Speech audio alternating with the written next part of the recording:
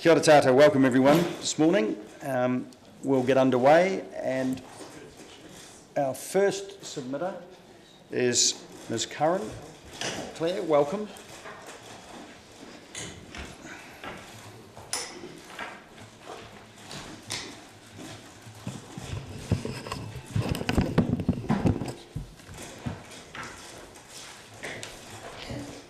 Good morning. Goodness, it's like being in a select committee. Is it all right? Can you all hear me? Kia ora tātou, everybody. It's great to be here again. I always like coming to sit before you to say my piece on behalf of the southern side of the city. I've got a short amount of time, so I've got two.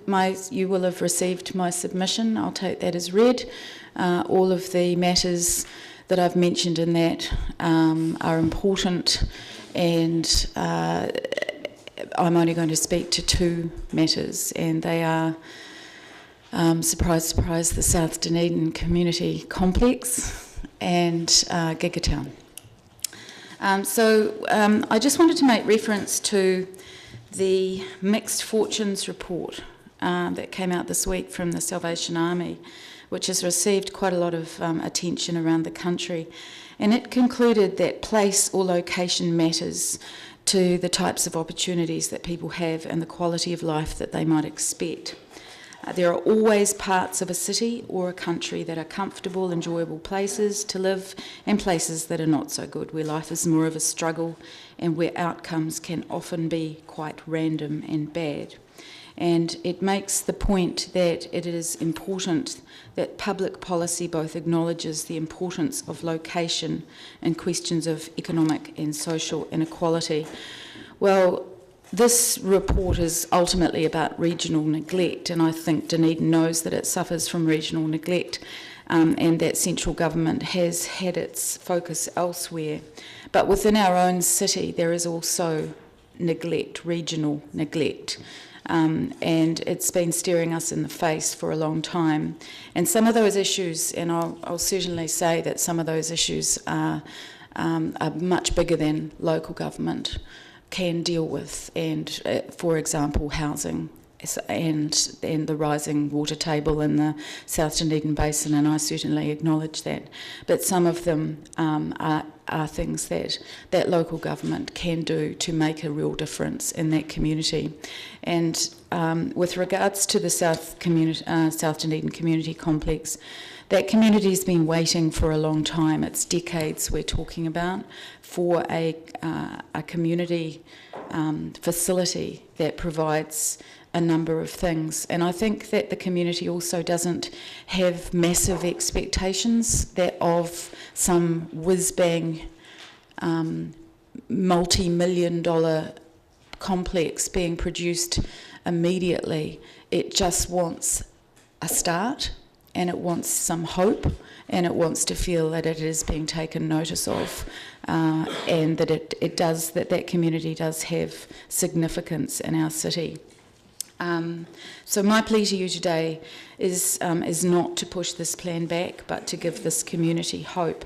And with regards to the library component of it, which I see as just a component, I note that there are 3 libraries north of the Octagon and 1 south of the Octagon that are local government facilities. There's also another 3 other libraries that aren't, and I think that's a sort of stark reminder to us of the inequality in terms of how learning and provisions, community facilities for learning are set out in the city. So I'll leave my remarks at that with regard to the South Dunedin Community Complex.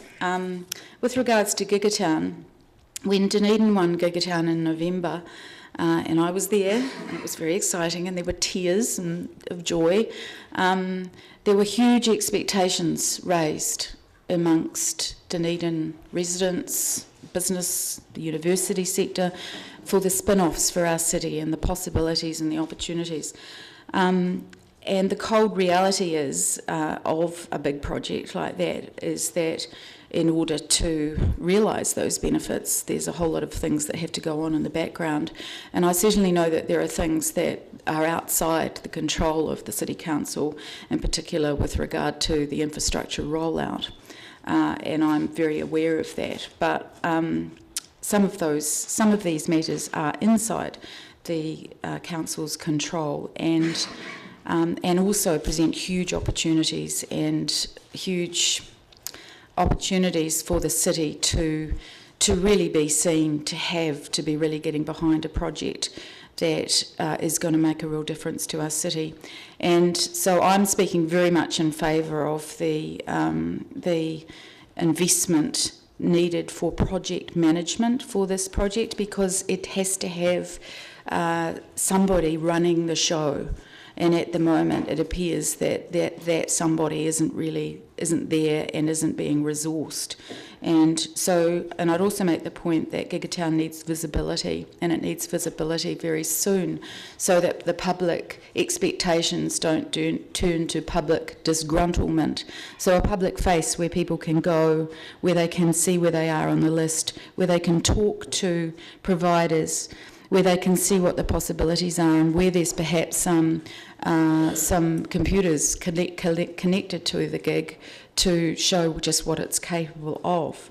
And I also think there are other runs on the board, easy runs on the board, that the council could promote with the money the pot of money that's come in for this project, to provide some real visibility in parts of the city where people can actually see, businesses can see the benefits, because I think business is probably one of the most important target groups first up to get connected. So I'll leave it at that. I'm speaking very much in favour of it. I know that our city is being watched around the country as to what we do with this opportunity, and project management, a strategic investment in project management, I think, is the most important thing right now. Thank you. Thank you, Claire. Questions, councillors? Councillor Calvert. We heard yesterday that one option for South Dunedin Community Complex would be the building you're in. Would you be happy to move? The building I'm in? You mean the whole of the mall? Or just the whole of the mall? Not just, there'll be no intention to be targeting you, of course. Well, I do know that the mall, that there has been some investigation of that as being as to the cost effectiveness of that. Well, it hasn't. This is the first time it's been raised with me, Hilary. So I'd certainly say that if that was a viable option, I'd certainly consider moving. Councillor Hawkins. Thank you, Your Worship. Thanks, Claire. Just in your written submission, you talk in favour of the Mosgiel Pool redevelopment, but it's not obvious from that to what extent you support that, or which incarnation of that redevelopment you're supportive of. So what are you asking us to do as far as the Mosgiel aquatic facilities are concerned? Well, I'm supporting the community in their endeavours to get a Mosgiel aquatic centre.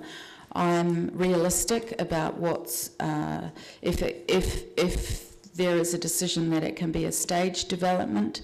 I think that they should be thinking. I think they should be thinking big, but I think they should be realistic about what can be achieved in the short term. I know that community is very well organised and has done a lot of work on the financial options. So I'm backing them from the sidelines.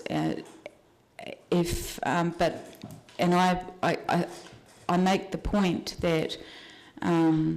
And I wasn't there. Apologies to give a submission the other day when you met in Mosgiel, as I was out of town.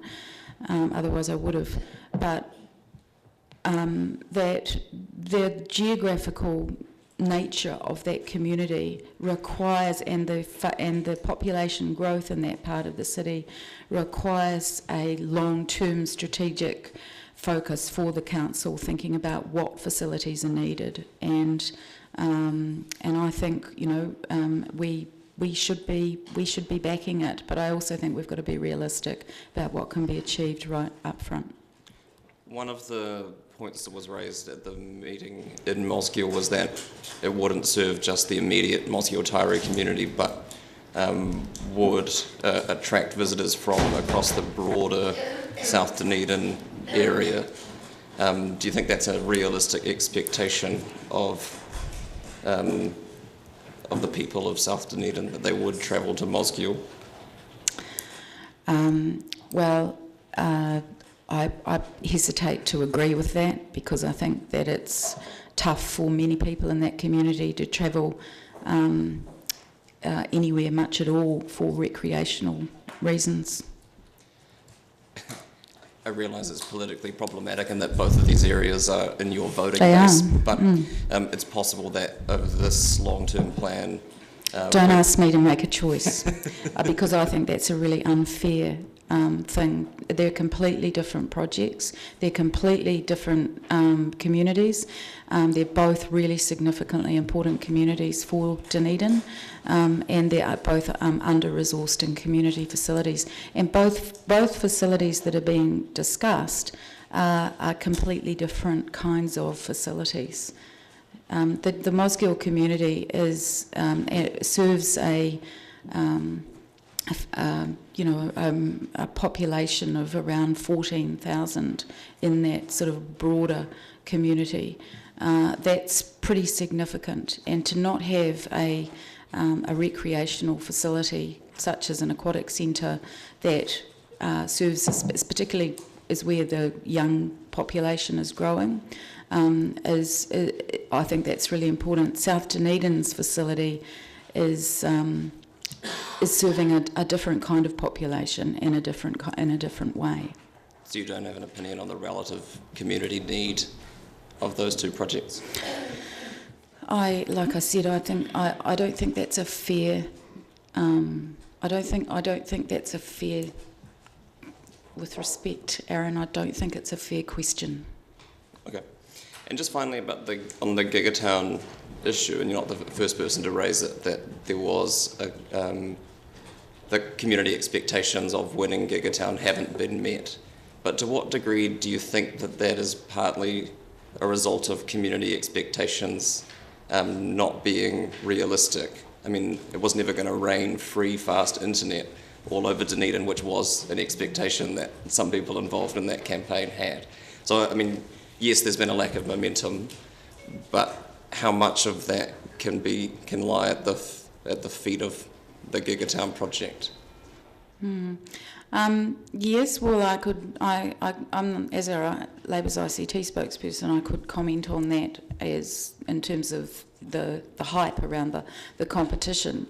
I mean, the fact was that expectations were raised hugely as to what was going to happen, and I think a lot of people thought that they were miraculously going to somehow be able to connect to a gigabit straight away, even though UFB hadn't been laid down their street. That some of the biggest issues lie in the infrastructure rollout, and the pace of that, and the cost around using a mixture of overhead and underground, and the difficulties that's posing for Chorus. But personally, I think that there could be a lot of lessons learned from North Power in Whangarei and around in that area, which has finished their rollout, and they are a lines company. They've managed to do it really efficiently. Bring them to Dunedin and ask their advice and insist that Chorus take their advice. But as I said, there are things like there's low-hanging fruit that could immediately show some benefits from Gigatown. Get some cafes, get some community facilities attached to the gigabit, show the community what can be achieved, ensure that there's a really strong public face for Gigatown so people can go and find out how long it's going to take for them, what they can do in the meantime, and look at some Wi-Fi projects, and particularly in the CBD, perhaps in South Dunedin, perhaps in Mosgiel, perhaps somewhere further up in North East Valley, or in other communities where where you can use that community money, where you can demonstrate an immediate benefit. In South Dunedin, people are talking about the lack of ability to connect to the internet. Give them the ability to connect. That's not directly the gigabit, but it's showing how the technology can benefit them immediately and take people on that journey. Those are things that don't cost huge amounts of money up front and show immediate benefits. And that is surely going to be good for all of you as well, because it actually shows the city's got its act together.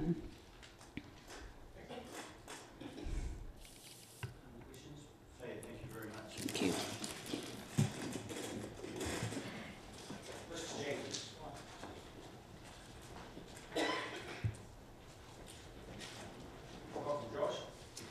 Thank you, Mayor.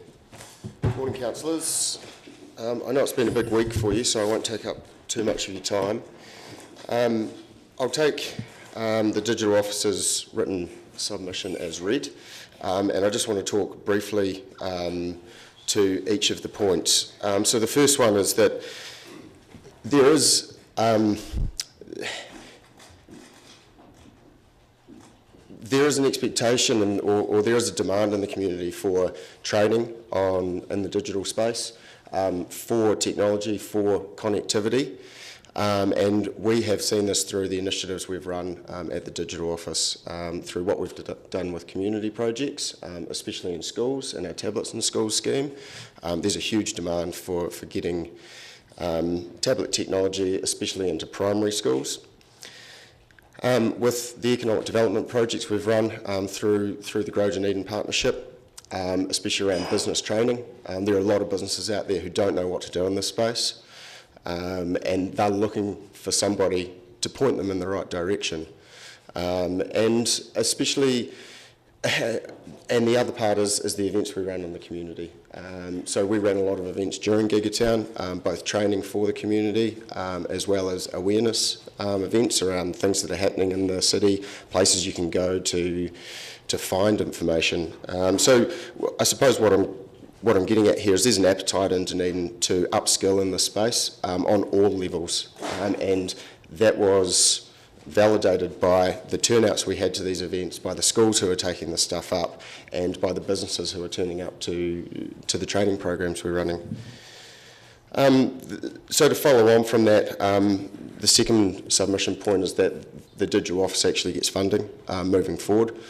We're a not-for-profit, we're not a commercial operation, okay? We don't take a huge amount of money out of this. If the Digital Office was to run at an hourly rate, we'd be bankrupt within the first month, okay? So there's a lot of perceptions, I think, in this room and in council that the Digital Office is this big commercial operation that's, you know, taking home a huge salary. We're not. I busted my gut during Gigatown. I've got a family, 3 kids, you know, a mortgage. It's hard. It's bloody hard. So what I'm saying is that the Digital Office, you know, we put a lot into these initiatives. We put a lot of man hours in that, you know, we don't get paid for. So who's going to do this if we don't? That's what I'm saying. Who's going to do this stuff if the Digital Office doesn't? The third point in submission is around Gigatown and the funding of Gigatown. We support this 100%, obviously. We led the Gigatown campaign. And also, I think the councillors should consider how you actually further increase funding and maybe not funding, but resource around this. You know, what kind of resource can you put internally in the council to increase efficiencies within your existing operations? You know, is Gigabit connected in council yet? You know, you guys accessing that? Have you seen the benefits of what this can do? So, yeah, I think that's, and I 100% back what Claire was saying around there needs to be a face for Gigatown and the community's expectations. Yes, they were high. Yes, it was a marketing campaign, but I think what came out of this is there is an appetite for this in Dunedin. Dunedin wants to do something around this. You know, it doesn't have to be UFB to every house or gigabit to every house within the first month, you know. People just want to see something happen in the community. And I think what the community has told you, all of you around this table, is that you need to do something about this. This is your community, right? You need to fund this adequately. The whole world is actually looking at this. You know, you've got places all around the world going, oh, what's Dunedin doing with this? Chorus is really, really well respected and got networks globally. You know, they've pushed that out there and everybody's looking at Dunedin going, oh, what are you going to do with this?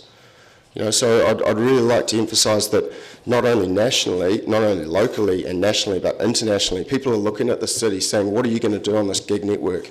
You know, and there are easy ones, like Claire says. You know, it is as simple as putting free gig Wi-Fi in the Octagon. You know, it is as simple as, you know, connecting a low socio-economic area like South Dunedin where people with their phones can go and get internet for free and check their emails, you know. It's hard for some of those people to get a $20 prepay and they use it up within, you know, 4 or 5 days, and where are they going to get another $20 from to fund, you know, check their emails, to go and get jobs, you know. So, yes, very brief. Are there any questions?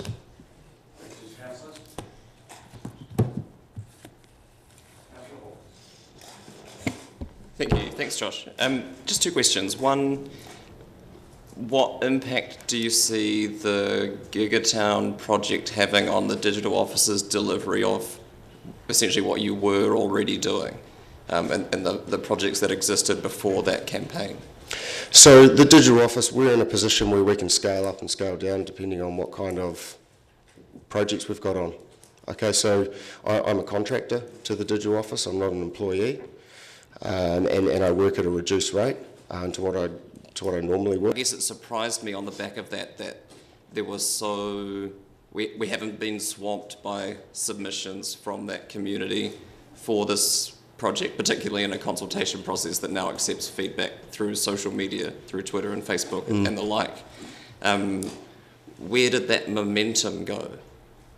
I don't know. Your guess is as good as mine, mate. I mean, there was... once the campaign was finished, you know, that was our job done, and you know, that wasn't the thought wasn't put into how you actually implement Gigatown. Okay, so between November and, you know, end of this financial year, there was no money in the pot to fund it.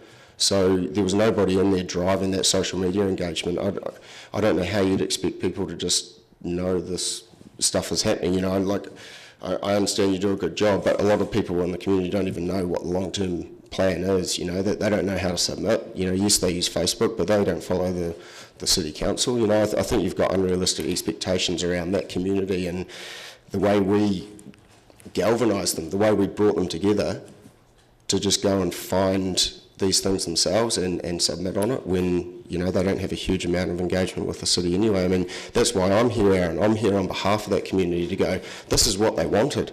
This is what the community said to us. They wanted Gigatown and the implementation of it to happen, you know. And yes, there were some unrealistic expectations that I think people themselves, you know, raised. Yeah, they thought they might be able to connect to the gig straight away. But yeah, that's why I'm here. I'm here on behalf of that community, on behalf of the community I led to win Gigatown, to go, hey, they want something to happen. And they tell me through Facebook, but... Thanks, Josh. Just a couple of questions. One, digital office. What role do you see the digital office playing as an entity within Gigatown? Look, we can be really flexible with that. In an ideal world, I'd love to see the digital office lead some of these projects, but I don't see us leading all of them. I don't think... we could, because we could bring in expertise around things, but I would love to see the digital office lead some of these projects. You know, bring the community together again and really, you know, get some wins for the city. I created so many relationships during that campaign that I can leverage, and I had so many balls in the air come November that just dropped all around me when we didn't have funding to continue. You know, I had ISPs wanting to put free Wi-Fi in around the city, places like the airport, places like the Octagon. We had Snap going, and Chatham House, I suppose not Chatham House rules. We had Snap wanting to sponsor a gig HQ with technology, with the gig, with all sorts of things. So there were so many things up in the air. You know, we've got co-starters kind of got dropped. That was part of the prize, and because there was nobody implement it, we sent it to Enterprise Dunedin, but they didn't have the resources to do it. So what do? And now the digital office, we're not getting paid, we're picking this thing up, and we're helping, working with Upstart and the Trust, working with Enterprise Dunedin to do this off the back of, you know, what we did with Gigatown, out of goodwill for Dunedin, because we love this place, because we want to see something happen here in the digital space off the back of Gigatown. So Josh, in looking at the opportunity of Gigatown, has the digital office pieced together or spec'd any projects that it believes should be delivered as part of the Gigatown? Yeah, we're working on one now. So we tried really hard to get the funding through the city to deliver some of these projects. We're now working with the social sector trial group around scoping a project called the Mozilla Hive to go into South Dunedin, a community project that is hopefully going to put gigabit internet into their space when it becomes available. Computers, connect with the rest of the Mozilla communities around the world, leverage the IP and the knowledge there, looking at technology like 3D printers, working with schools, so a real community-based project, which is why the digital office was started, as community projects like that. So that's one that we've done, or we're working on.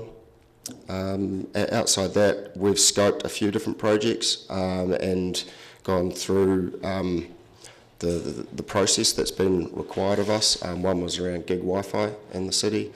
Another was, what was the other one? Around gig HQ. So yeah, we've scoped a lot of the stuff. We've got lots of written documents on it. We just don't have the funding to crack on and get this stuff done. So, looking at the Gigatown campaign itself, it seems that yourself and the team that you had around you managed to galvanise the community. Do you see that as a strength? Is that an area that the team or the people that you can bring together have the ability to reconnect the community as we find projects that need to be delivered? Absolutely. I think that, you know, with a few apologies and a few great events and a few great projects, you know, that community can be brought back together. Absolutely. Yep. I think there's still an appetite there. People are sitting wondering. You know, I've constantly telling people, just hold tight. You know, this is the process we're going through. It is a lengthy process. You know, there is a big amount of money on the table, and, you know, we're looking at the new financial year. There's not a lot of money in the coffers at the moment. Just sit tight. That's what I'm saying to people. But, you know, there's a lot of people out there who don't come direct to me, who don't know. Thank you, Josh. Councillor Wilson. Just taking on a question of Councillor Hawkins, it would appear to me that if you were to use your contacts that you created in Gigatown to tout for more money for the Gigatown project, it could be very much seen that you were touting for work for yourselves, which, or, if you'd used your contacts that you'd gleaned and the community you'd caught up with in Gigatown. Are you referring to me personally or the digital office? No, if the digital office had done that, it could very much look like you were touting for work and trying to engage the community to tout for you for work. So, I mean... Like what? Can you give me an example of what No, it was meant in your defence, sorry. Oh, sorry, I thought you were having a dig. Yeah, and so the question is, would that be why you wouldn't engage in that way? Because what My understanding, Councillor Hawkins said, is Yeah. why isn't the Gigatown community Yeah, out here doing all the, Yeah. asking us for the money? yeah. I would say it would be totally improper for you to be going out asking people to do that. Look, I didn't see it was my place to go out and use the community that I'd created, Yeah. to come here and swamp the city with that sorts of things. Although, it could have. Yeah, Yeah. absolutely. Well, the other measure of that isn't this, the fact that you engage the community so well a measure in itself of its support? Well, I like to think so. I mean, the digital office is outcome driven. I like to think that we speak by our actions, not. Gigatown was, there was a whole lot of words there, but we can deliver on those projects. I'm confident that if the digital officer engaged around those things, we will deliver results for the city. I'll hand on heart say that. Thanks.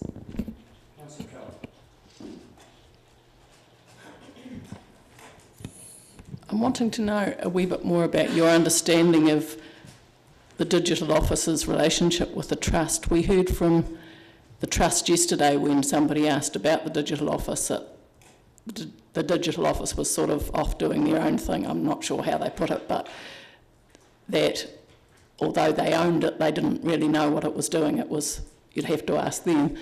I hear you talking about support, working for them or with them or something. I'm a bit confused because I thought you were them in a sense of you were a subset of them. You were in some sense the operational arm of them.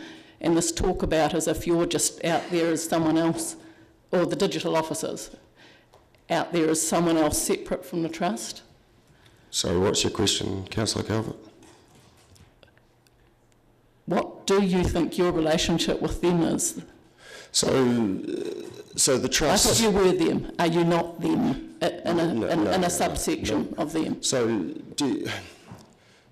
I'm going into a little bit of history here, but do you understand where the trust came from around the Dunedin and Otago digital strategies and how that was set up? Yes, I do. You do. Okay. So how that was set up, the trust was set as an arm outside the City Council, that it could operate independently around digital projects, and they were the governing group, and then the digital office was the operational arm underneath. But what's happened over time is that sort of been forced. There were not a lot. There was. How did it work? So I've only been with the digital office for 18 months, and it's been operating quite a lot longer. The digital office now has directors, and the digital office does report to the trust, or the directors report to the trust on a biannual basis. Look, I'm not really over that one. Sorry, is it a company that's fully owned by the trust, or Yes. what's? Yes, it is. So it is. It's 100% formed its own trust. company. Yeah, from what I understand, this is, in all honesty, Councillor Calvert, this is probably over and above where I sit. I get things done in the digital office. That governance side is not my expertise. You probably have to talk with Stuart Dillon Roberts or the chair of the community trust to get the answers that you're trying to get from me. I'm not. Well, it was just they said they didn't know what you were doing, Right. particularly. Not quite like.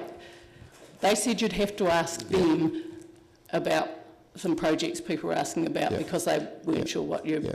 I suppose if I was maybe to Aaron ask can you help me about, later because he's looking if I was to ask you about some of the detail that happens in the council, would you expect to know exactly what's happening? I mean, you're a governing agency of the city. You're not expected to know every detail about projects that are running, are you?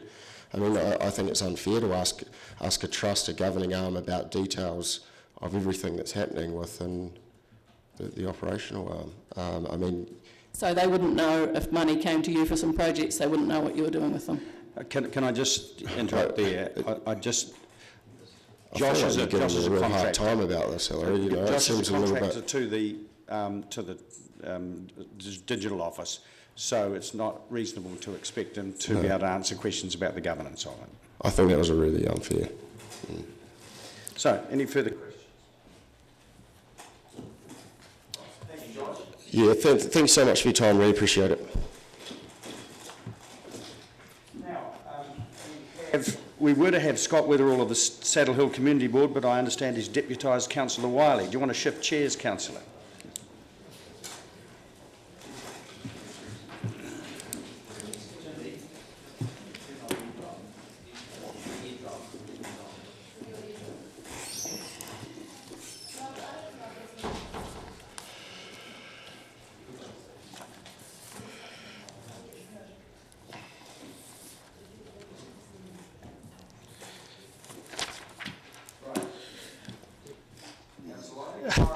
Thank you.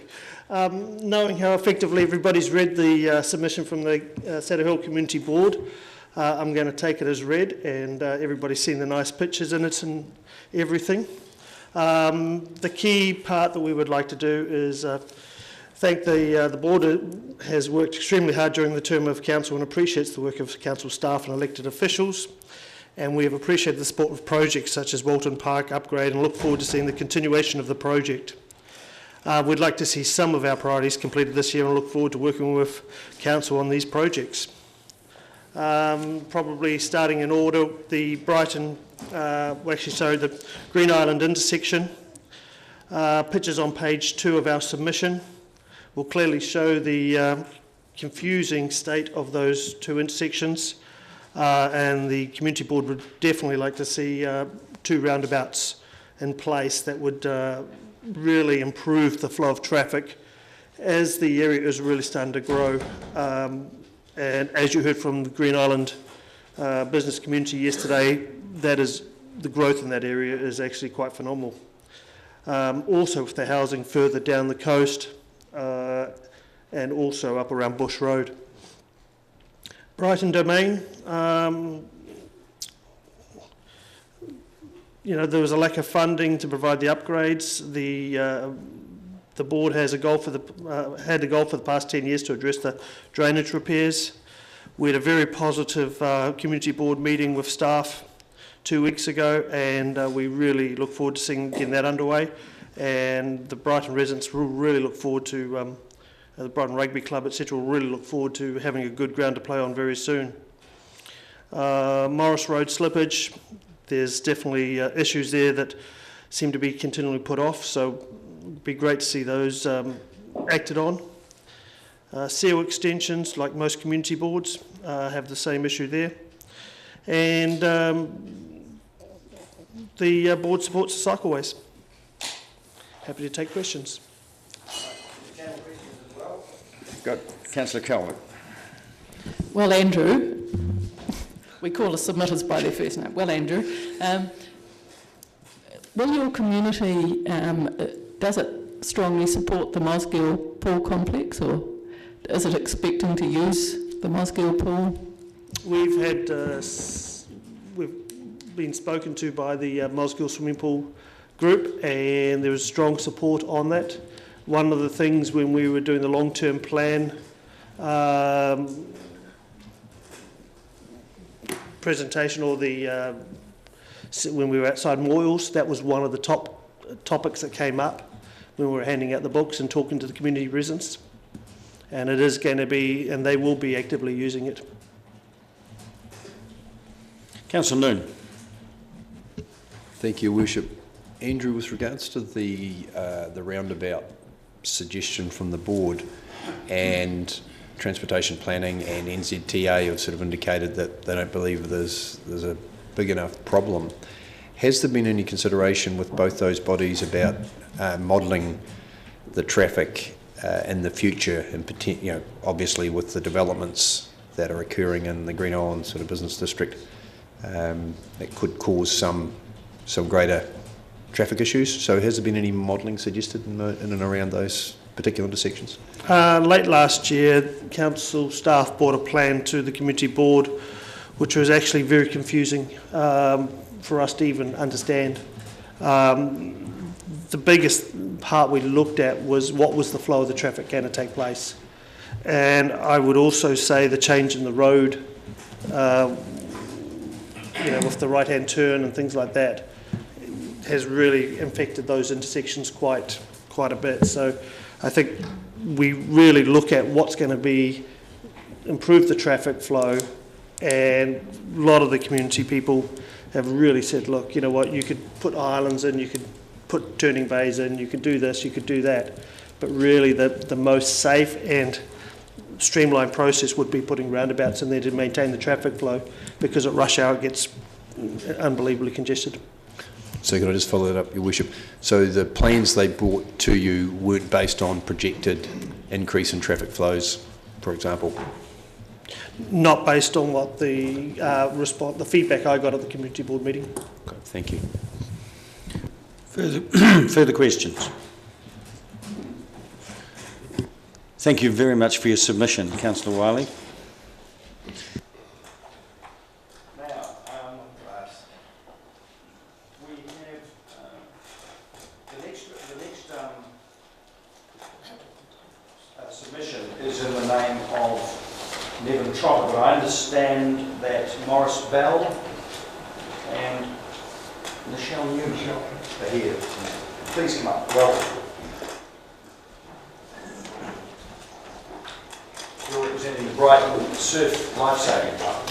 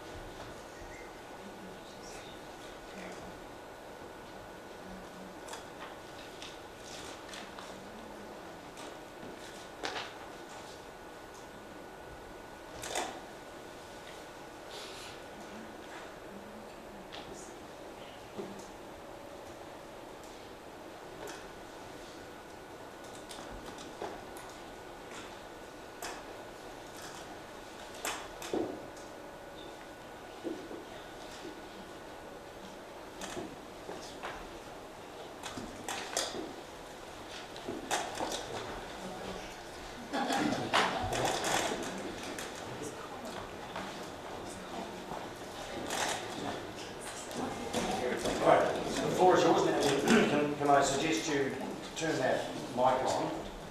Thanks. You might, Sit down. you might be able to sit down. Thank you. Close to the mic. No, that's fine. That's all good. Mayor Cal and councillors, thank you for the opportunity to be here today. Look, our ask is help with our newly completed purpose-built community facility and Surf Lifesaving Club of Brighton, which is complete, operational and opened in October last year. Just as a quick introduction, Morris Bell's my name. I'm a life member of the club. I'm also the patron of the Club of Brighton. I've had a long history of living in Brighton. I was born and bred there in the 50s and 60s. Was very much involved in the club. And our old A-frame club that you see there now was, I was the president when that was built. So I went away and did my career thing and have come back, and not just being a patron, giving out prizes and opening seasons, but I've been involved with the new build very much as part of the committee. Michelle here is also a key member of our building committee and is also a vice president of the club. So that's just a quick intro. So look, why the building was needed. Very much, if you look at the next one, Michelle, if I can. The old building was an A-frame building and very much outlived its purposes. It's old, it had been added to so many times, and to alter it again was just not economic. So the decision was made, and planning's been going for some 5 years, to replace it with a community-based facility and also to house the Surf Lifesaving Club. So it's a dual-purpose facility.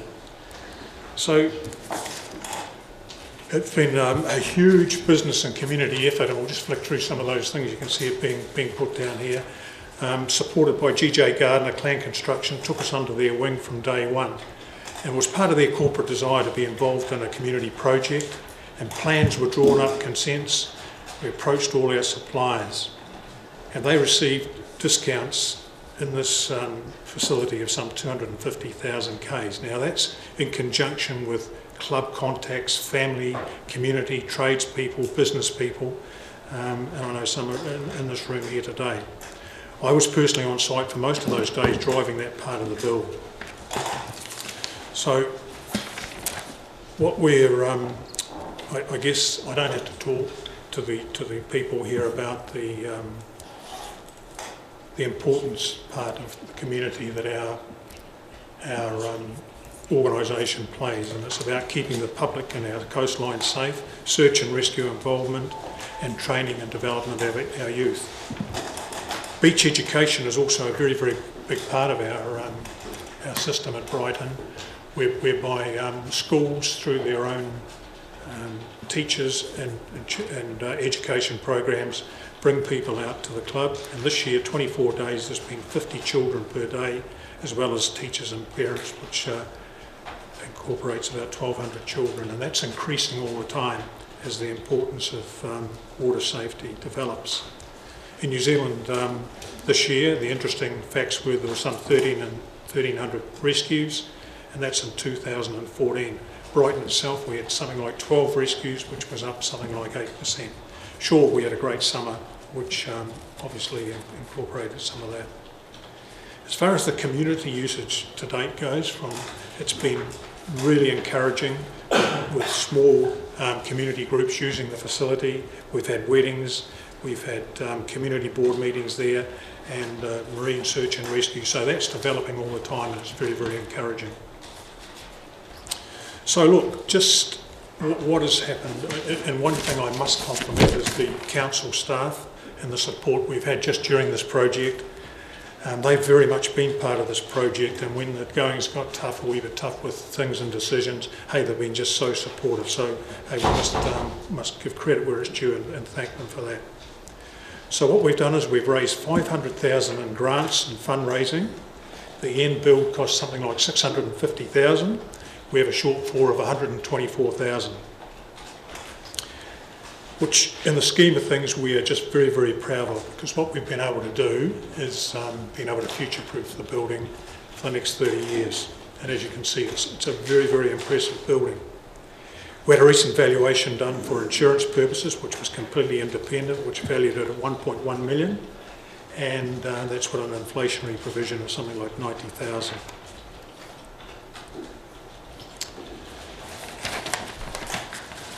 So, what are we currently working on to complete the build? The physical areas outside the build need some attention to make it easily accessible for rescue craft and launching. And also we're looking at lift funding is also an issue we have within the building. So as I stated, what we're looking for is 4 years funding at 10K per year, or any combination of that total. About the challenges of raising bank finance and the fact that we leased the land from the council, and that we could ask council to assist with formal underwriting, but we prefer to go without that facility. The council has a great reputation in supporting community facilities such as the East Otago Centre at Wakawai, the Blueskin facility at Waitati, and of course the Sunnyvale complex at Green Island. So look, finally, this facility is just crucial to the importance of the wider South Coast. Yes, we have achieved over 80% funding ourselves to date. We personally are chasing another 10%, and we're working through that with our usual fundraising and approaching people. And I guess what we're asking our council to do is top up with something like less than 10%. So, Michelle, would you like to? Just in closing, we've celebrated our 75th reunion in 2013. We've got a very proud long history of providing surf lifesaving in our community. This is, with the new facility, as we've moved forward, our membership has increased in the junior surf area from 50 children to over 100 this last season alone, and we currently have about 50 volunteer lifeguards who patrol every week. We see the building as being a great community asset for the whole of Brighton. I've been living in Brighton for over 30 years and been involved with the Fire Brigade and the Workmen's Club and parents' things when my kids were young, and the new facility, as it's come together over the last few months, has brought in a lot of those community groups. So I think that we're going to be providing quite a hub to bring our community together so that those people are no longer having to go further afield. What we're asking, $10,000 per year for the next 4 years to help us move forward. Thank you. You're happy to take questions? Councillor Hawkins. Thank you, Your Worship, and thanks you guys for coming in, and can I commend you on what has been a fairly phenomenal community effort to have this facility up and running. Well done. Do you have an application in for community grants funding? Through the DCC? Not at this point, we don't. We don't have that at this stage. But that is an option that I know Colin Weatherall, our Treasurer, has also spoken about. Okay, that's good to know. I'm just trying to get so the shortfall that you have is 124,000, is that what you said? But this, I mean, in your written submission, you're asking for money for not to cover what has already been done, but for further improvements.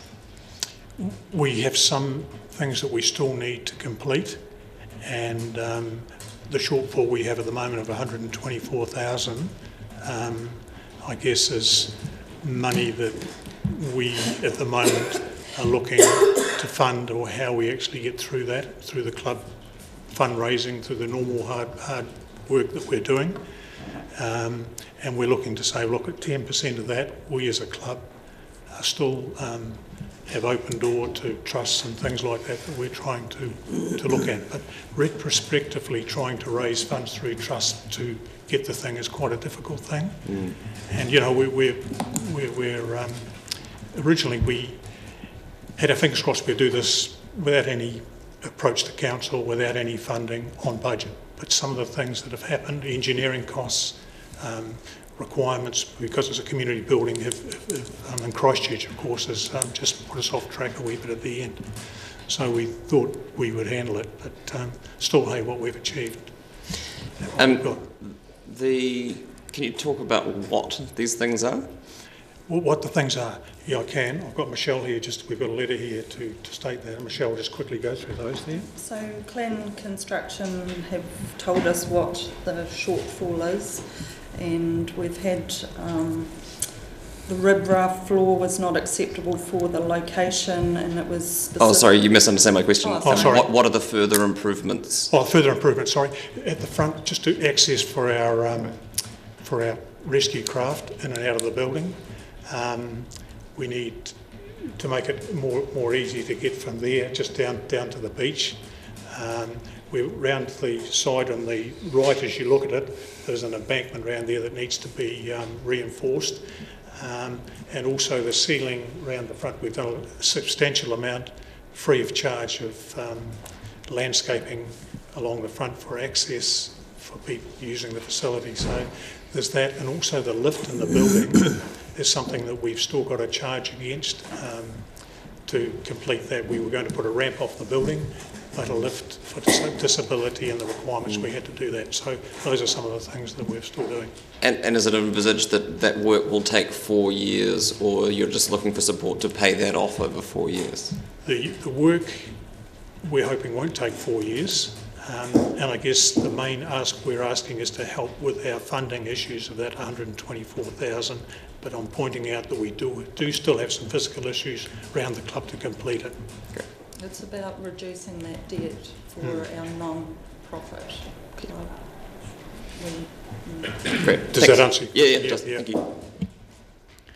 Councillor Wilson, did you have a question? My other question had been answered, but if you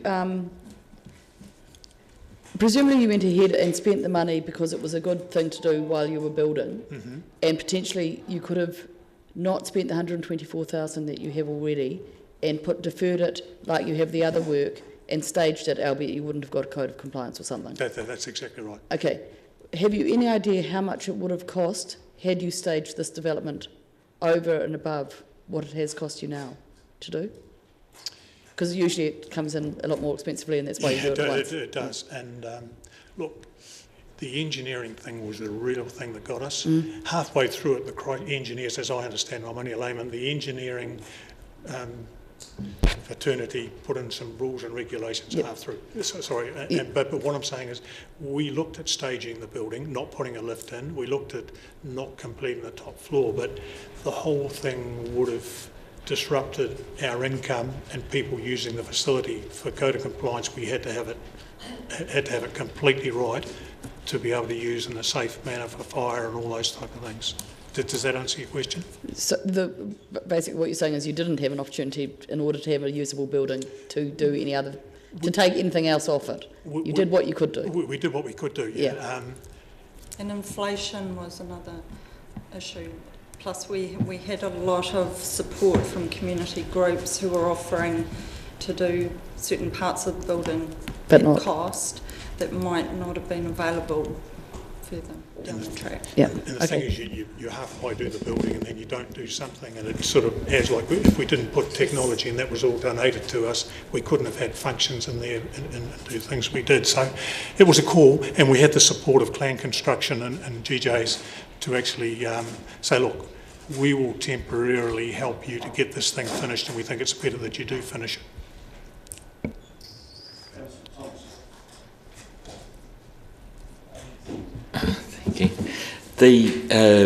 In terms of its use as a community facility, what other community facilities are there in the area and that the community might use for meetings and things like that?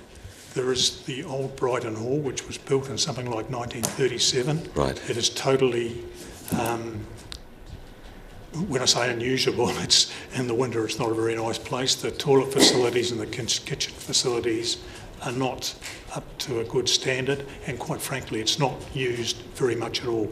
Anzac parades maybe, but our facility holds, registered to hold 100 people upstairs, and it's heated and got all the right things in it. So yeah, look, as sad as it is, and it's been a grand old hall, but it's just not up to call. Okay, and the shortfall in the meantime, how are you funding that? At the meantime, what we have at the moment is that we have an obligation to Clan Construction for that amount at the moment. We have approached and are in the process of approaching our bank, Westpac, for some funding. We heard the other day that without a mortgage over the facility and that sort of thing, that they are unable to help us. In the meantime, Clan Construction are carrying us through that with their bank at an interest rate. That is how it's being held at the moment. And we're reducing that as we can, as much as we can at the time. Your friendly banker, we're here to help. Yeah, okay. So essentially you're relying on the goodwill of the contractor. Absolutely. In the meantime. And we've got a very, very good relationship with them. But he is under pressure also because he's got that funds in his business also. Sure. Councillor Bazette. Morris, sure. Congratulations on your new facility. As a former lifeguard at Brighton, I can remember the old clubhouse very well. Yeah. We had a lot of fun there. My question, Morris, is you mentioned that you weren't interested or weren't looking at underwriting, but the council has underwritten a number of sporting or loans by sporting bodies, and the fact that you've been to your bank and haven't had support there, would you not look at that as an option? John, as a last resort, we certainly may have to approach the council, and we have discussed that at this point in time. And I guess my only thoughts in that area, it's a liability on the council, and it's something that we wanted to try and stand on our own 2 feet and do. And that's why I guess we're asking for the funding we're asking. But look, that may be something that we need to consider. Yeah. Okay, thank you. Councillor McTavish. Thank you. Councillor Thompson asked one of my questions, but I'm just wondering, in relation to access to this venue, if I was a community group, how is it easy for me to access it? Are there costs involved in that? How regularly is it used by your club, as opposed to being available for community use? Good question. Look, what we come with the building, if you look at the left-hand top there, that is the patrol area, and it can be complete with the patrol the beach, and down below is the surf club usage, first aid room and gear storage and so forth. So we can completely lock off, so the surf people don't have access to the community facility. If your question is that we have a facility type manager there now, actually Scott who handles that side of it, and groups like kids groups can come and go as they wish without any disruption to our normal service. And we did that so that if people have weddings, and we've had 3 weddings there so far, also that it's not disruptive to our surf season. Sure, we need to inform them that there are weddings and things on, but access is easy, it's keypadded and so forth. So, and we've tried to keep the community groups rental very, very low, so it's encouraging. We've only had 3 weddings in the place, but their feedback has been extremely good for work photos and all that stuff too. It's a pretty unique facility for that. But yeah, look, we encourage those groups to use it. Yeah, great. Got to be a wee bit careful the kids don't knock the balls around and knock the walls around. There's some pretty strict rules in that, but no, look, it's... Washable wallpaper. yeah. But no, it's been good, and as Michelle said, it's a facility that's been really well taken by the community. And it's a wider community, like we have had Dunedin, the Marine Search and Rescue meetings there, Rotary, Saddle Hill Community Board, St John Training, all those sort of groups are coming in and using it, because it's such a new, beautiful location, warm. Yeah. Well, the views look stunning. Maybe we should have a council meeting out there. Yeah, we absolutely. Well, just going back to my earlier question about alternative facilities, it seems to me that you've got a strong community focus around this. Do you see the old hall having many ongoing users, or is the use that it is currently put to likely to migrate to here? Look, I'm not just sure how many the other building holds, but in the old days they had dances and things and all like that in those small communities, which just slowly died out. And as part of our Anzac memorial with the names of the fallen and so forth in there, I'm not sure what the outcome is for that hall, but I think they'd still use that hall because it's significant for like the Anzac sort of parade, because we have recognition of the soldiers and things in that hall. Right. But our facility wouldn't replace that type of activity, I don't think. But my personal thoughts would be that those, in the longer term, they're going to be issues with that type of facility, because it won't be up to regulation, and the thing of keeping it up to regulation will be a problem in the longer term. That's just my personal Well, thoughts. look, I asked the question, it's purely speculative, but I could see a situation where you guys are struggling to raise money and an old and inadequate hall continues to deteriorate, and it might make a hell of a lot more sense to consolidate community facilities around one modern absolutely thing and put both people out of their pain. Absolutely. I don't think the hall involves a lot of activity, the old hall that's in there, I think. But there are sensitivities around the memorial status kind of situation. Which could be addressed, but that is a good point. All right, thank you. I want to understand a little, or want to try and understand a little more the cost escalations, because the letter you've got given us here from Clan Construction talks about 2 main reasons why the cost escalated. One was, and I quote, cost due to council engineering requirements forced on us after we quoted. I just need to understand that a bit more. After you got the quote, and presumably the quote was done on a design that met the code, is the assertion that council changed the rules and changed the requirements? No.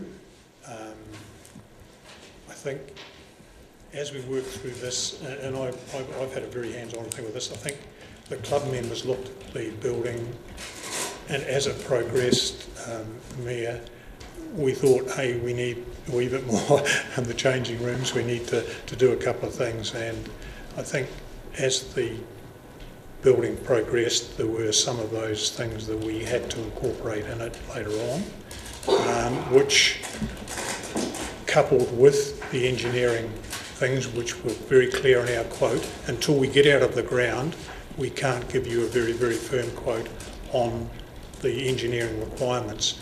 Originally, we thought we could just build over the existing foundations, which were there, solid, never cracked or anything, but things changed really when it came out of the ground.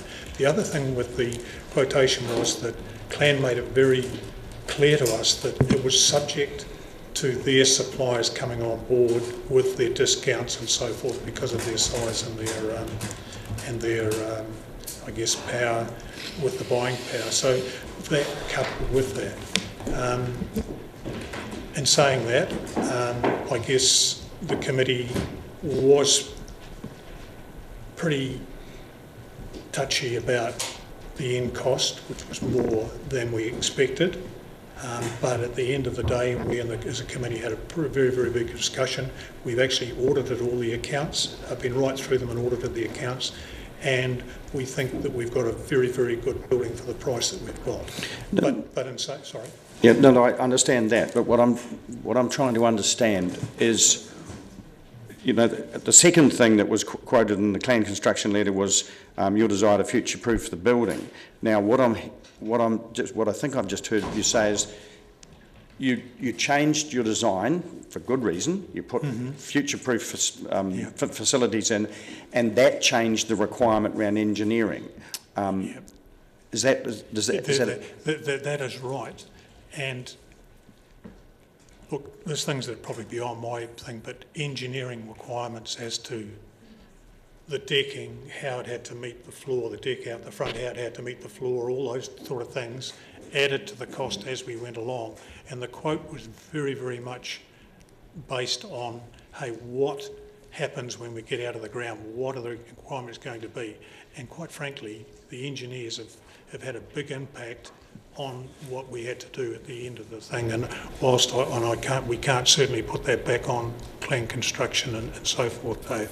Well, what I'm really trying to work out, just from the wording here, and I think you have answered me, but it looked like one way of reading this is that you got a consent or you got it up to code, and then the council said, "Oh no, something else has changed," and I'm just clearing that wasn't the case. It certainly wasn't the council. It would have been the engineer.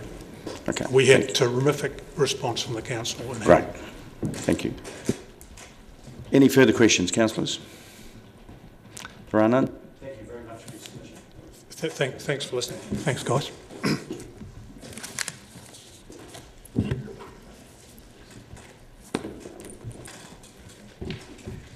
Mr. Bauer.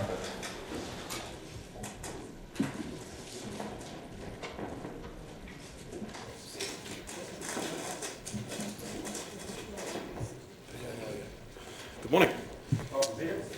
And may I introduce my colleague Alex King. We're both co-presidents of Bus Users Support Group, Porti Dunedin.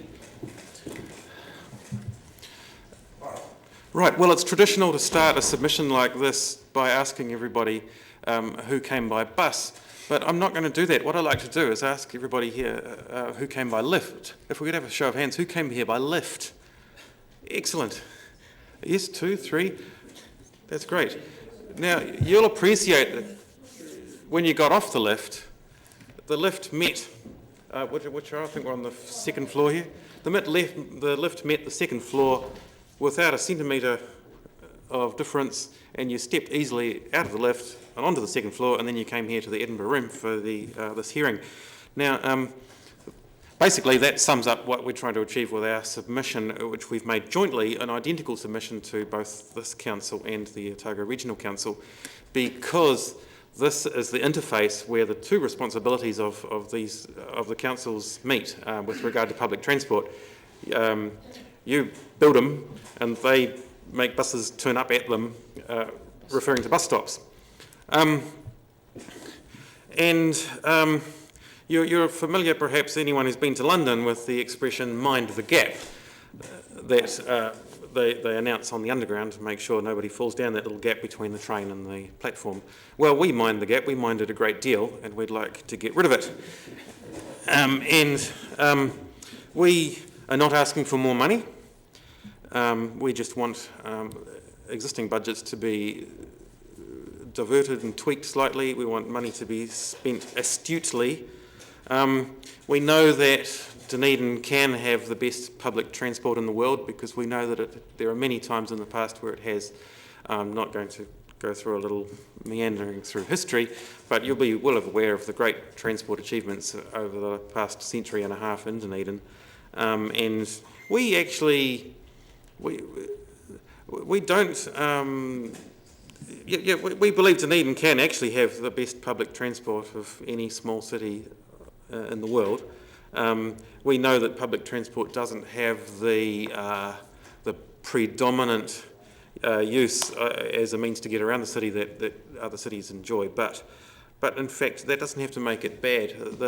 Dunedin is almost second to none in the world in terms of accessibility of buses, for example, and really the only thing left to tweak is actually the City Council's responsibility of bus stop design. So yeah, it's been done before, it can be done now.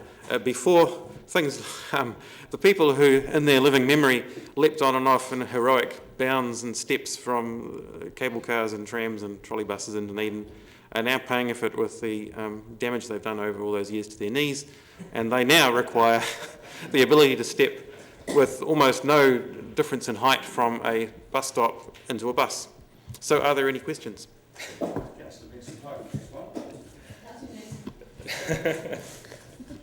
Thank you. So, just so we're really clear, Council currently has a policy that, in respect of intersections for pedestrians, that eases the path for wheeled vehicles of whatever kind and does it as much at grade as possible. So you're asking for incrementally, as bus shelters are installed and curbs are redone and the rest of it, for that transition to be at grade to allow a flat access to the vehicle, whether or not it's kneeling. Absolutely, and that's why I haven't read out our submission in detail. It's well understood by your staff, it appears to be well understood by the councillors, and the only thing that really bothers us a lot is this incrementally thing. It does actually, a good, well-built curb and channel does last, nearly 50 years. And so if you've got a good, well-built curb and channel that's just the wrong height for getting in and out of a bus, it's going to take a while before all the other reasons to replace that curb and channel come up. So we feel that your staff fully understand this problem, and there's a clear determination within the City Roading Department to sort it out. But a little gentle push along from this body, from the council itself, more political support for your staff will increase. Now, we have also made a very specific recommendation in our submission that the rather lavish bus hub that's planned for Dunedin, we think, the bus hub, we've given our qualified general support for it, but it's really a matter of, if you build something big and shiny, if you've got the choice between building something big and shiny or spreading that value and that effort over a much wider area, I don't blame anyone for the tendency to go for the big shiny central landmark thing. However, if the bus hub was just a little bit less fabulous and cost a little bit less, and you spread a little bit of that money, let's say $500,000 out of the $3 or so million that's being planned to be spent by both councils on the bus hub, if maybe $500,000 of that got spread more thinly around the city, we could probably guarantee accessibility at every bus stop in the city. But don't be disheartened by the loss of a slightly less big and less shiny bus hub, because you'll have a big and shiny city then. You know, in other words, you'll have a whole city that's livable and accessible. And if people can't get on the bus out in their suburb, they're not going to get off in your nice new hub, or vice versa. Can I just ask about the issue? I mean, is there an issue in respect of the consistency of the vehicles, in respect of what's at grade and what's not? Because of, as you refer to in your submission, quite a variety of older and newer vehicles, some kneeling, some not. Is it not possible that it might actually be a lot easier if there were a curb height that is then level with the entry level of a bus? Do you see what I mean? Actually, I can correct you on that. As far as I know, every vehicle contracted by the regional council is required to kneel, end of story. If it doesn't kneel, it's out of contract. Apart from the Palmerston bus, but that's another story. That's going fully accessible in the next tender round. So no, it's not the vehicles. The vehicles are doing their bit. There are places in Dunedin where the roads had 9 coats of asphalt added, and the footpath can sometimes actually end up being at a lower level than the road. You can't kneel. A bus can't dig a hole in the ground for itself to kneel into. There are limits. That could be arranged. You're telling me that all the buses that are contracted to the regional council out there running these routes are all kneeling? Well, I'll tell you what, if they're not, they're naughty buses. I'm going to go and have a yeah. Yeah. The other problem is the rule. Further questions, councillors? Yeah. There are none. Thank you very much for your submission. We take that on board. Thank you. Okay. Stephen de Graaf.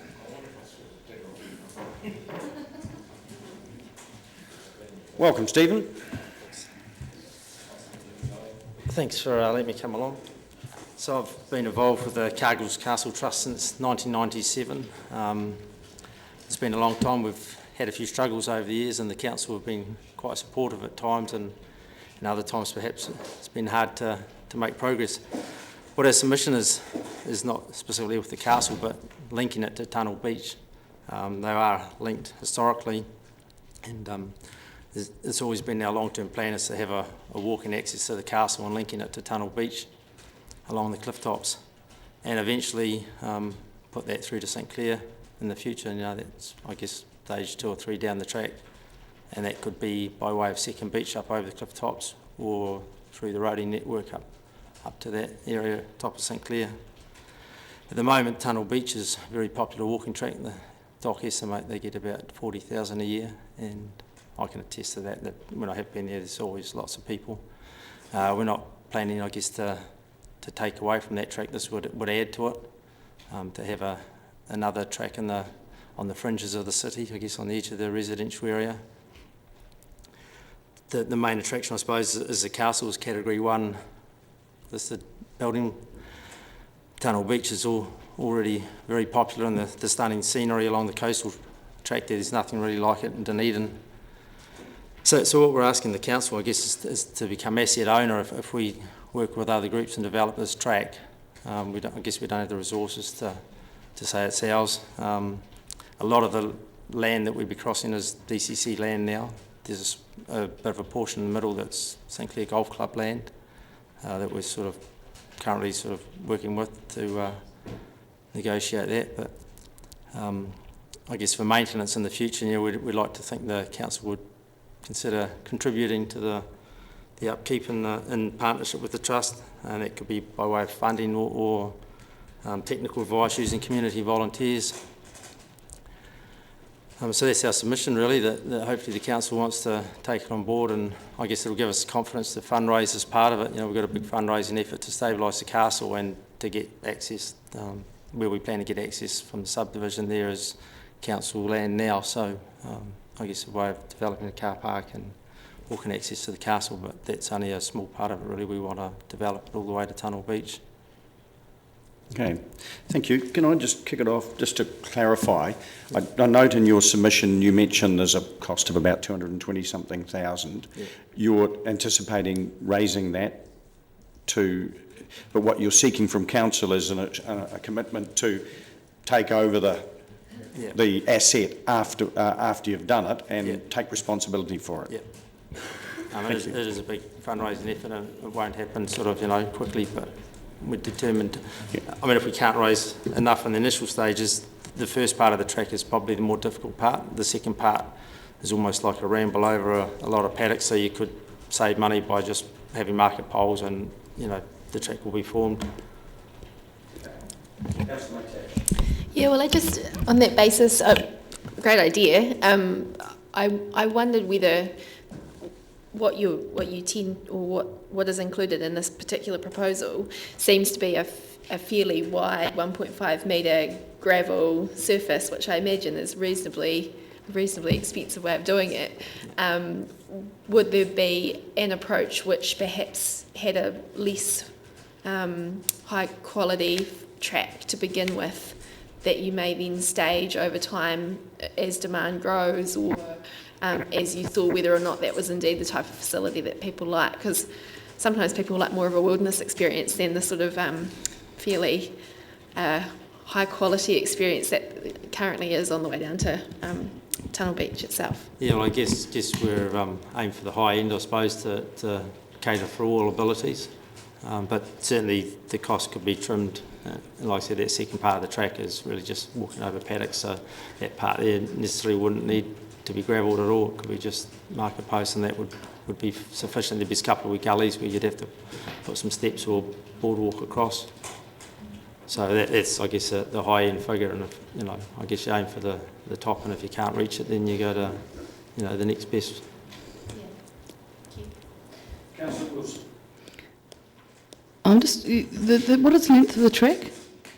Sorry, what was that? The length of the track? It's just under 2 kilometres. Yeah, I'm sure I saw it somewhere, but I couldn't find it. In the costs, and I'm just trying to get down to that, does that include the surveying? I'm pretty sure that was all on there in the costs.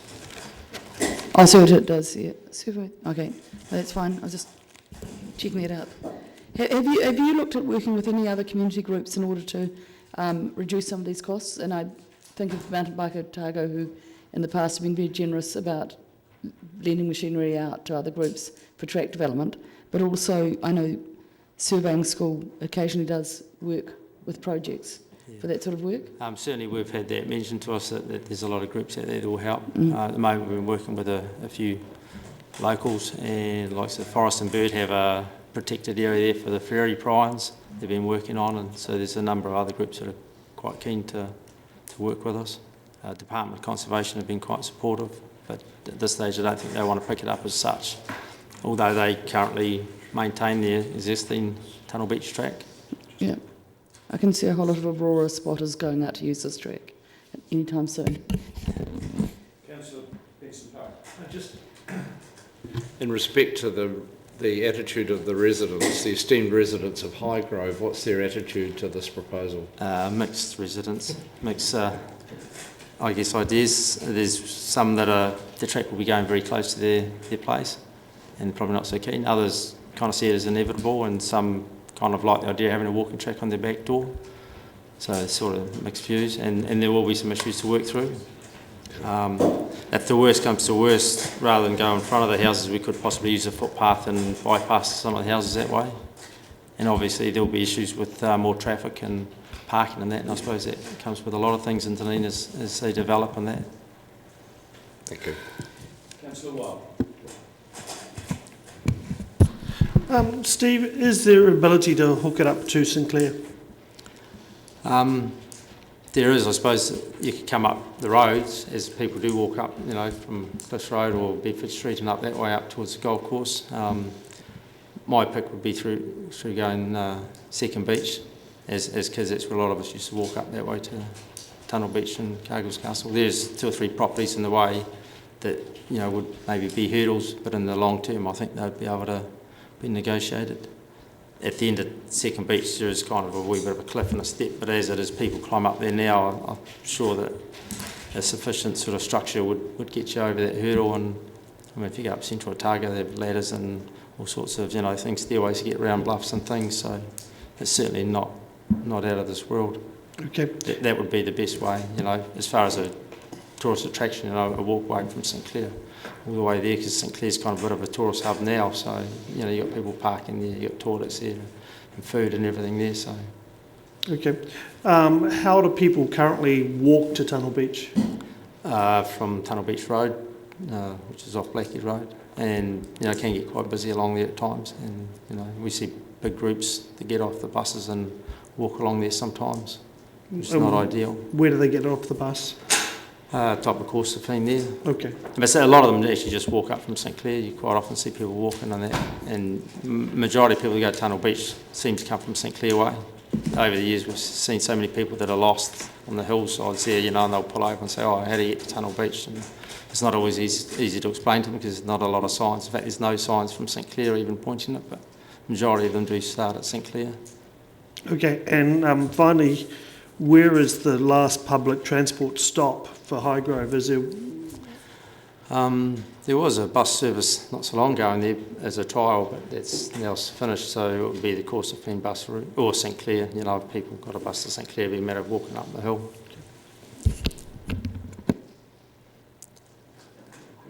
Steve, thank you very much. Okay, no worries, thank you. Hey, I'll run you too.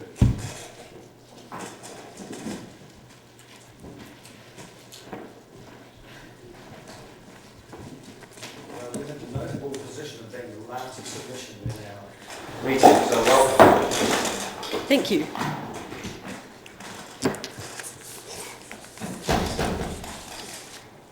Kia ora, I'm Pael, the Welfare Officer for OUSA, the Otago University Students Association.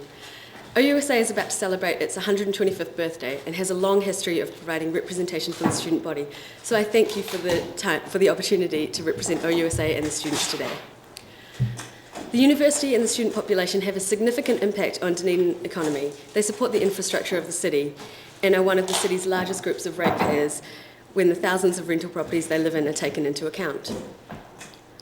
OUSA shares DCC's vision of becoming one of the world's great small cities, and we want to be a positive contribution to achieving this vision. We are pleased to note the DCC recognises having the largest concentration of students in New Zealand as a strength of the city, and OUSA would be ever so grateful if students' opinions and needs are taken into consideration while long-term planning for the city. OUSA values the ongoing relationship we have with the DCC. Today I will be discussing alcohol, rubbish and recycling, rental housing, pool fees and polling booths, but firstly I will answer some of the questions asked in the long-term plan consultation document. OUSA supports the completion of the strategic cycle network and accordingly are in favour of either option 1 or option 4. Option 4 would be our preferred option, as the 22 years it will take under option 1 seems far too long to wait for something that is beneficial for many students, residents and visitors to Dunedin. We also agree with the proposal to include a pedestrian and cycleway bridge from the city to the harbour.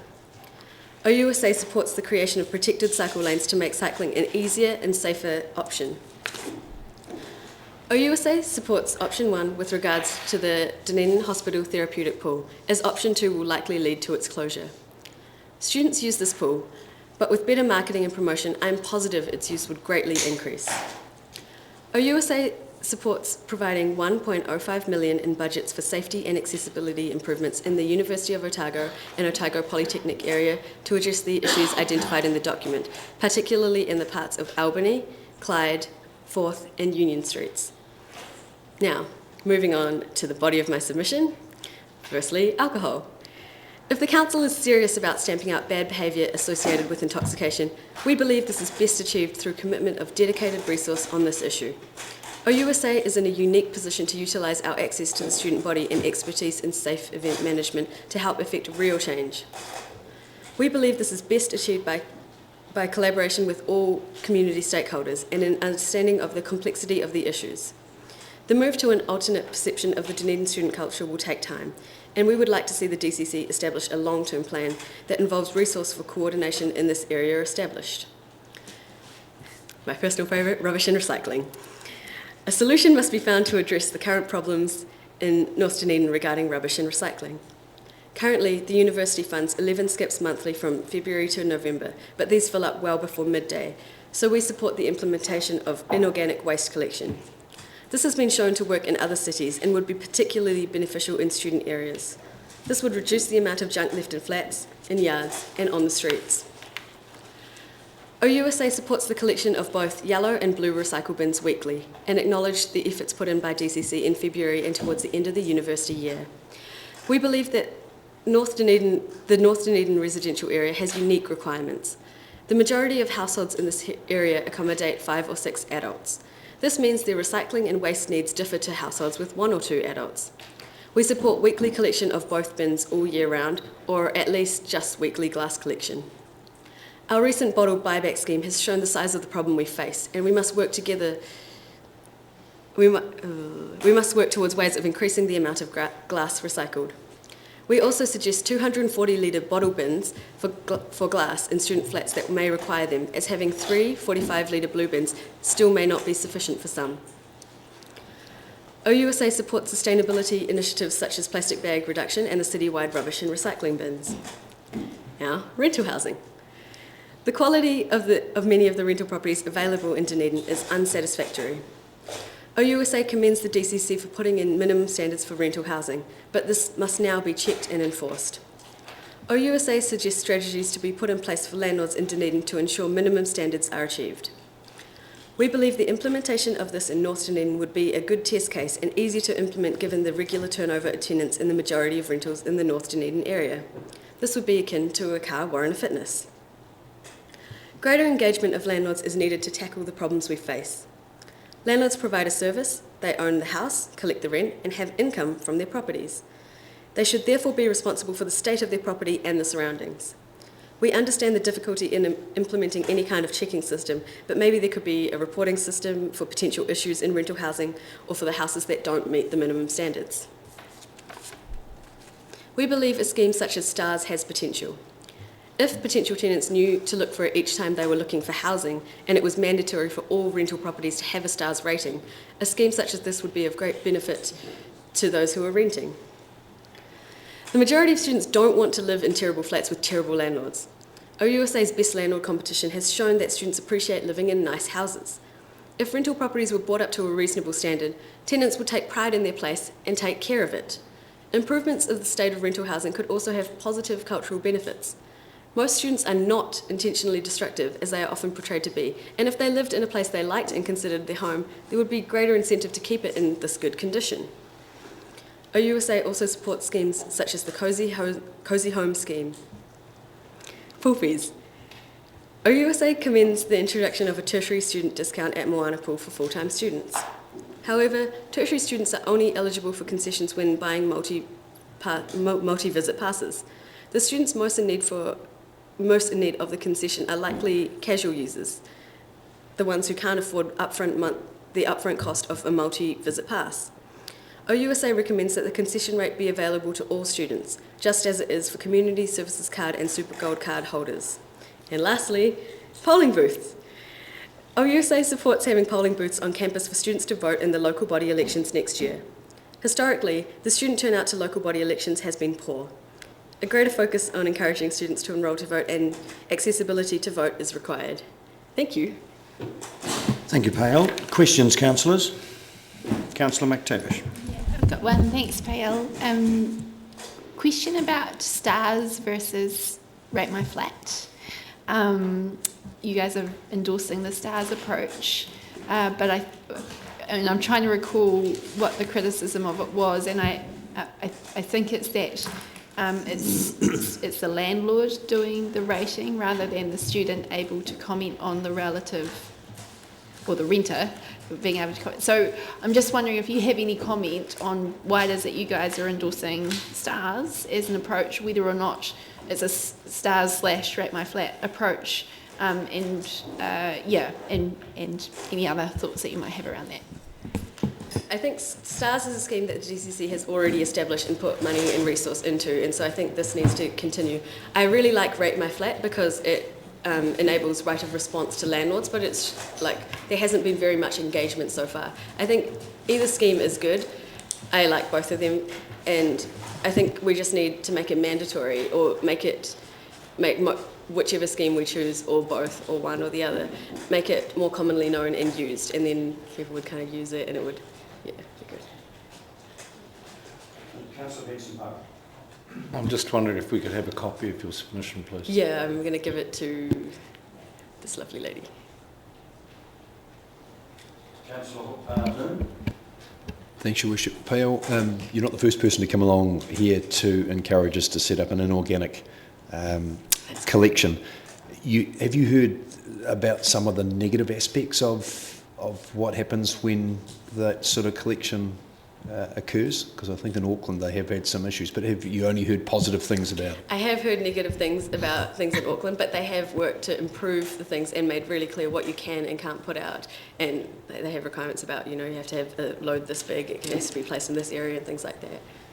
I certainly think OU if such a scheme is introduced or even trialled, we would be in a great position to help educate the student body on what the requirements and the rules are around that, and we would do our utmost to support that. Yeah, and I do appreciate that probably the North Dunedin area is quite unique in that regard in terms of having a demand for this type of service. The rest of Dunedin maybe not.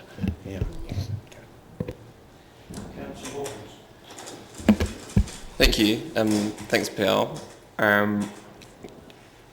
Continuing on, just about the recycling issue, and you're advocating for more frequent collection of the existing service. When we looked at how we could better service the CBD, for example, and inner city residents, it turned out that building sort of centralised community drop-off points was a better option than a curbside collection. And I guess that's a capital cost, but potentially it's cheaper to run in the long term. I just wonder if you had any opinion on whether the student body would go further than their gate with their recyclable, maybe even to the end of the street, to use a centralised service rather than an ongoing increased curbside collection. We already have the bottle banks in certain places around the North Dunedin area, and they have some use, but I think that it would be beneficial for flats that drink a lot, that have a lot of glass bottles, to have a 240 litre bin to use. So they won't go further than the gate? I don't think those flats would. Okay, thanks. Just one more question, and that is, I know that the sustainability manager at the university was looking at other schemes that were in place around the world, whereby at the end of every semester there is a drop-off point for residents to bring good quality things that are able to be reused. Has there been any further discussion about that, given that I know there are a number of buildings on campus that probably would fill that function quite well and would then be a campus-specific service rather than something that the city needed to take on and run? Yeah. So is this in regards to goods that can be reused or inorganic waste?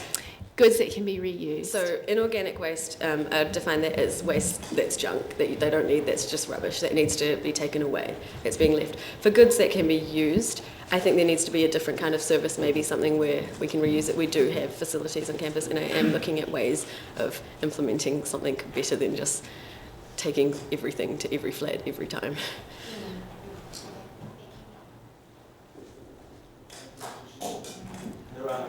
Thank you very much for your submission. And if you could give Lynn the copy that you distributed. Thank you. Right, councillors, that's the end of the presented submissions. I commend the rest of them to your reading, the other 1,500 or whatever they were. Thank you. Councillors, for those of you who are interested in the most inquiring councillor Stakes,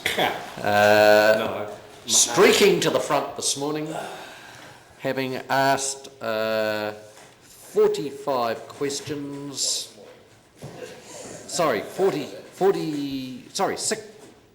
62 questions overall during the hearings is Aaron Hawkins. In second place is Kate Wilson with 60. In third place, Hilary Calvert with 57. So that's the top of the leaderboard. 57 non-questions.